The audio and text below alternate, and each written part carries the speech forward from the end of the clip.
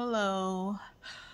I'm making a video because I have not made one in a while. It's been a lot going on. Today is Wednesday. I don't even know the date. But I know, hold on, let me see. It's the 20. No, I'm sorry, the 31st. It's Wednesday the 31st. Like I said, I haven't made a video in a while because I've been just a lot. But I'm just gonna do a little update. So as you can tell in my voice, I'm still congested. This has been going on for quite some time, but I finally was able to go to an ENT, and it appears that my last chemo treatment, and it's funny because I noticed that with my last treatment, there was, I don't want to say something in particular going on, but it was like my nose, like from throwing up and stuff, I wasn't blowing my nose a lot. And usually when I was throwing up a lot, I would blow my nose right after. But, so apparently from what the specialist said is that I had my last chemo treatment and of course your immune system shuts down. Well, during that time, I must have gotten an allergy or some type of sinus infection or something that got really bad and turned into this type of infection that I have. So he was able to, because my ears are still clogged up, I haven't been able to hear good, and it's been over 2 months for the hearing, for the congestion in my nose, like I cannot breathe a lot, and my taste. So it's been over 2 months.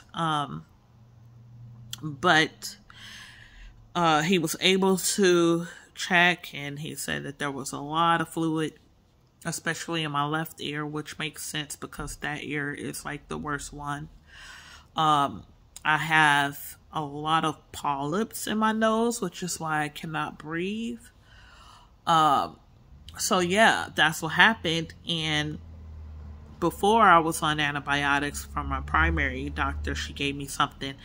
I was on antibiotics for a total of 3 weeks to try to clear up the infection, but nothing worked. Turns out that once I went to the ENT, he did a swab and to send to the lab to figure out exactly the type of infection I had. So the results came back on last Monday, and I wish I could tell you the name of it. I have it on a paper somewhere, but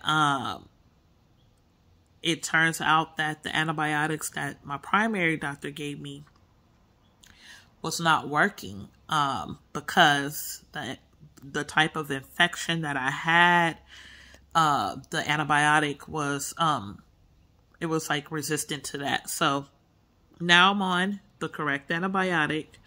I've been on a steroid and an antibiotic to try to clear this up.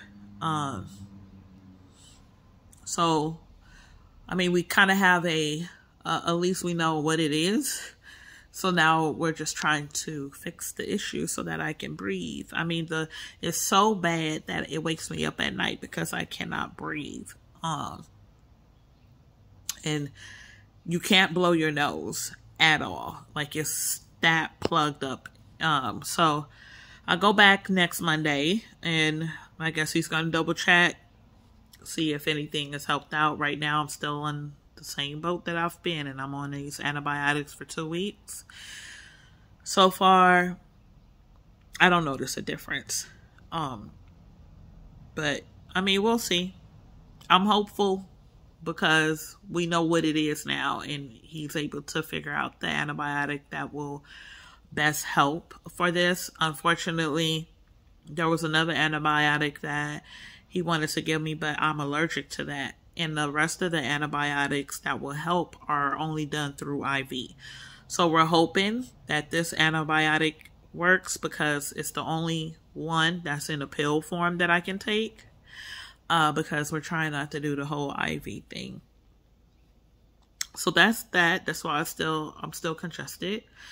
So I kind of went through I just wanted to feel kind of like a girl again because of everything with me not, having my breast and stuff. So I had birthday money. I had people send me money for my birthday, and I finally used it. Because I refuse to use my birthday money on anything. I said, I'm not using my birthday money on bills. I'm not using it on anything. I'm using my birthday money for something that I want. I'm not spending it on the kids, none of that. So, I finally used my birthday money. And, sorry, I can't breathe. I decided to go ahead and to try to get back to me, to try to get back to the things that make me feel like a girl, so as you can tell, my eyelashes, they're done. So I spent my birthday money on my eyelashes. I spent my birthday money to get my nails done because I always used to keep my nails done. For those that actually saw me often, I always had my eyelashes done, I always had my eyebrows done, I always had my nails done. So I got my eyebrows done, I got my eyelashes done, I got my nails done. My hair was extremely white, so about 2 weeks ago I went ahead and I dyed it to I don't know if you could tell in the video, but it's like a light, almost like a reddish color, like a burgundy kind of color, because it was too white, way too white. So that's how it is now. This is my hair. As much as everybody says it's growing fast, I don't see it, but I am using my drops to make sure that it grows. I'm trying to style it a certain way so that I don't look crazy, because when my hair was growing, it was growing up. So now every night I kind of just swoop this to the side and swoop that to the side and try to lay it down and the back down. And so that's how I am now. I do go outside a lot more with no wig. I'll just wear it like this. But today I have an appointment to go get fitted or measured for my first mastectomy bra. So I'm excited for that. Hopefully everything works out. They were a little bit apprehensive giving me an appointment this soon. They wanted to wait until mid-June. But I'm like, the sooner the better. So that I can look like I have something. I did order a mastectomy bra through Amazon. The bra itself, I don't like it. Kind of raises up a lot. And then the little foam breast parts that go into the pockets of the bra, when I put it on, when I wear it, it looks very, very different. So I don't know. I guess I gotta try to get used to it, depending on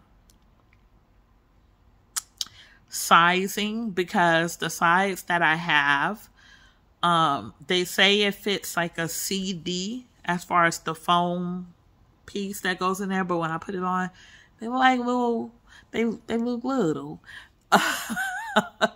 And I guess it's just gonna have to take some getting used to, because whenever I do get the opportunity to get my implants, I know I won't go back to the size that I was, which was a triple D. So going from a triple D to a C, like me putting it on, it's just like, what is this? You know? But I always said that I was going to go a little bit smaller.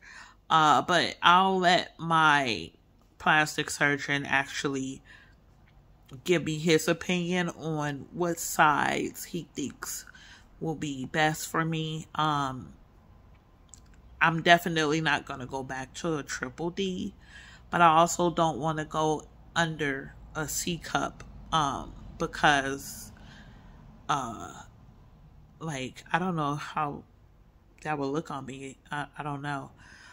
So, so today is my appointment to get fitted for that, like an actual professional mastectomy bra, and not the kind that I got off Amazon.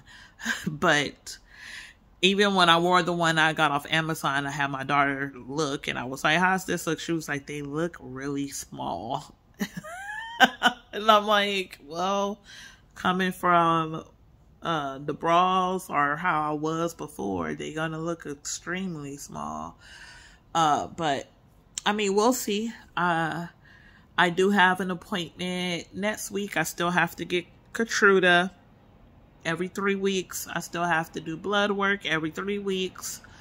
I did see my oncologist after my last Keytruda appointment, and he looked at my blood work, and so finally my blood work came back good. Finally, because my blood work was all over the place after I finished my chemo. So he had to constantly keep seeing me every 3 weeks because of my blood work was off. And he felt like the Keytruda was causing the issue. But the last blood work I had, he said everything was back to normal. So now I don't have to see my oncologist every 3 weeks anymore. I think he said I could do every 6 weeks. I don't see my breast surgeon anymore until November. So she's pretty much done. I do notice that there is a cut on me that does not look like it's healing properly. So I'm gonna have to call her or keep an eye on it. Well, I'm not keeping an eye on it because I've kept an eye on it for about a week now. And I mean, it's not an open wound. It just looks like, not a fresh wound, but it looks like it wants to heal, but it's just having some problems healing. Almost like where you cut the skin in half and the skin's supposed to like kind of get back together. It looks like the skin is like trying to get back together, but it's not. And that's the only part on my top area. If you see the cut, you'll be like, you know what I'm talking about. Actually, I'm going to show you, because I'm not going to show you like everything because I'm still not at that point. But at some point, I will show what it looks like. So as you can see, no breast. This is my side view. Breast is gone. Okay. So I still have my port right here. So they still have to use that for the Keytruda. So if you see this little slash thing, that's what I'm referring to.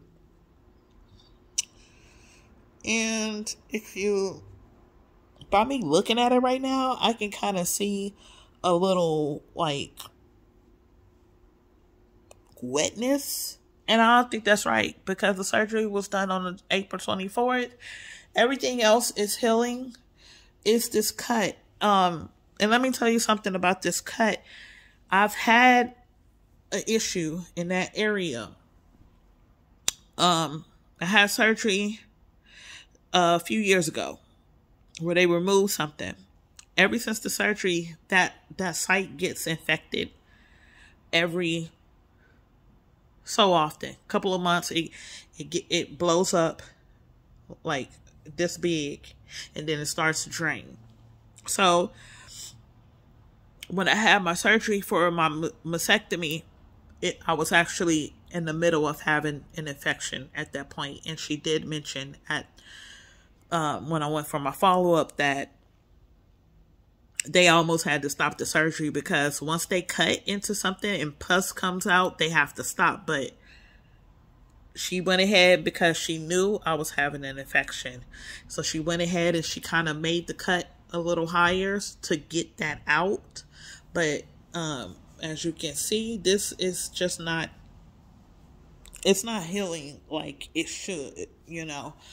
So I'm gonna have to call her and probably go back and see what's going on with that. But I am still off work. I am supposed to go back June 20th, which is a Tuesday. So I have like a couple more weeks left. I got my paperwork for physical therapy, so I've been kind of lacking because I don't want to do the physical therapy, but I'm gonna go because I do have issues. Like I can't reach up to the ceiling fans where you want to pull the little cord to turn on and off the lights. Like I can't do it. In my kitchen, the cabinets, like when I'm usually able to pull something from the top or put something on the top shelf, I can't do it. So now I understand why I need the physical therapy. I will admit, I have not been doing well keeping up with my arm exercises that they send me home to do. So I need to do that as well, because it feels like almost like a rubber band in your arms that wants to pop. So after you get to a certain height up the wall, it pulls and it hurts really, really bad. So that's why I need to go to the physical therapy, and that's why they want me to do exercises. And I did some, but I'm supposed to do them 4 times a day, and I will admit that I have not. And I don't know why. I just forget. I forget. I forget real bad, because I probably haven't done them in like 4 days, and that's not okay. So as soon as I'm done with this video, since I'm talking about it, I'm gonna make sure that I do my arm exercises up the wall. And then, since I have alarms set for my medication I have to take 3 times a day, I might as well use the alarms to remind me to do some arm exercises. So, I mean, I guess I could do that. But that's my update for now. Other than that, not much going on. Still congested. Still having to do my Keytruda infusions. Doctor said maybe I'll be done in August. Still have to do blood work every 3 weeks. Going to get my measurements done for my mastectomy bra today at 4. And other than that, that's about it. It's just, I'm just dealing with kind of just like some other stuff, like emotional stuff, trying to, I don't know, it's very hard, especially when I shower and I have to bathe and it's like my breasts are gone. That's kind of like a rude awakening, like oh my gosh, they're not here. But as far as pain goes right now at this level, I'm not in a lot of pain at all. But then again, I have a high pain tolerance because of everything I've been through, especially with infections and stuff. My pain tolerance is kind of up there. So Only thing I feel like up here really is the cut that's there doesn't hurt. It's just I know it's there, and kind of like I could feel like that part of my chest that something's like off, you know. Um Also, my arms are still a little sore, like right up under the arm on both sides. Um but other than that, I don't, like, nothing hurts. I can finally, when I sleep on my sides and stuff, so that's okay. My sleep has been off for almost like 2 weeks, so I'm having a hard time just sleeping. Like, I just want to sleep. But for some reason, I can't sleep. My body is tired. I lay down, and then I won't fall asleep. And before I know it, I look up and it's like 2:30, 3 o'clock in the morning. So my sleep's been all checked up, and I'm off work, but guess what? My daughter still has to go to school every day, and her school is not in walking distance. So guess who still has to get up every single morning to take her to school, to make sure she's at practices and all that stuff. So it's a lot. I just want to be able to just lay down and just rest. The doctor gave me this time, and I'm sure I just want to relax, where I don't have to get up in the morning, like set my alarm for stuff. It's just, but that's the life I'm living right now. But yeah, that's an update. Once I do a little something else or some other stuff come up, like I have another Keytruda infusion next Tuesday, and another blood work tomorrow. If I have any other like little appointments or something, if I have any more updates, I will give you guys an update. But right now, I don't have much going on. I will be calling about this scar, so she can take a look at it. And I will have an appointment with the ENT on Monday, but I won't give you guys an update on that. That's just like something else that kind of happened. That's like kind of separate from this whole breast cancer journey thing. So whenever I do the next update, I may possibly go ahead and show you what's going on down here.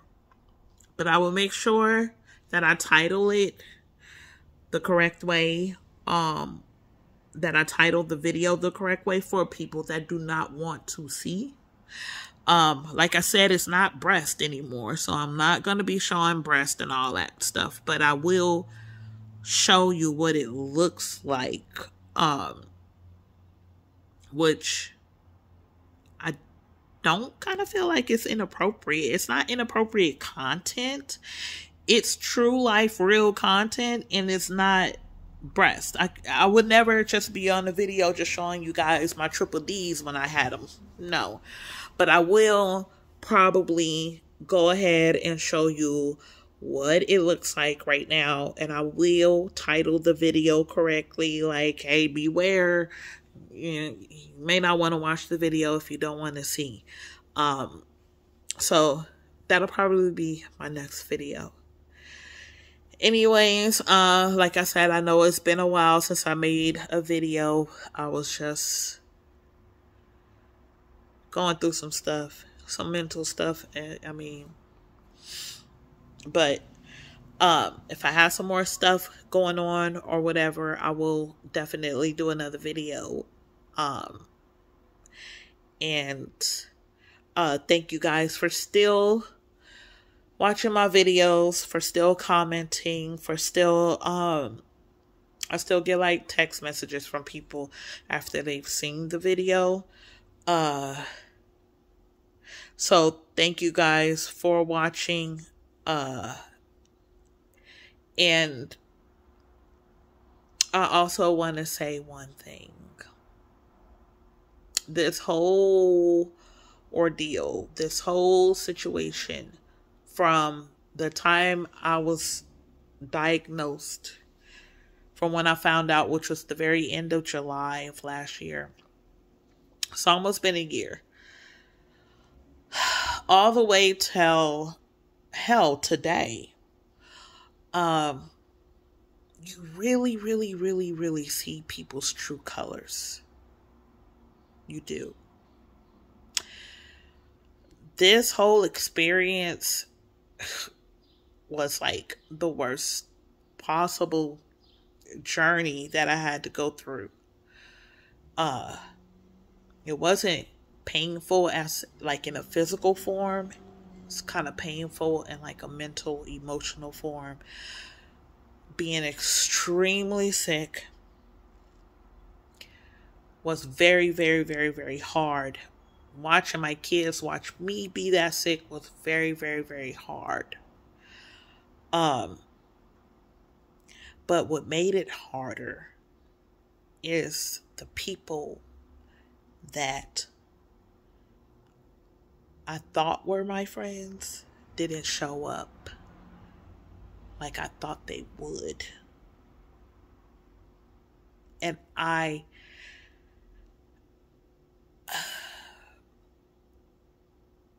that kind of, let me tell you, get sick with a deadly disease that can possibly kill you. And you will find out who really has your back. Because the people that you loved, your friends that you loved, the friends that's, always there, you're going to find out that they not really there. And that kind of sucks. And what sucks again is when they acknowledge and they say, I'm so sorry, I haven't been a good friend. Well, you know that. So if you know that, why aren't you working on it with me? Why tell me I realize I haven't been a good friend during this whole thing and not change your behavior? You know what I'm saying? So I've had people say, I'm sorry that I haven't been a good friend. Like they'll send me a message and say that, and then I don't hear from them for like months, like another 2 months. Like that doesn't make sense. So that's an eye-opening experience. That's like where people leave you at your lowest, darkest moment. It kind of sucks.